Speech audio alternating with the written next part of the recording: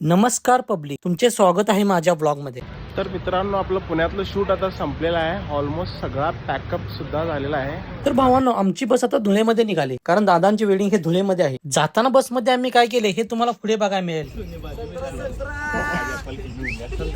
हे भाजी मार्केट मध्ये आल्यासारखं वाटत, फ्रूट मार्केट मध्ये. ती बसले बघ भंडार मध्ये. कॅशियर फ्रूट मार्केटचे.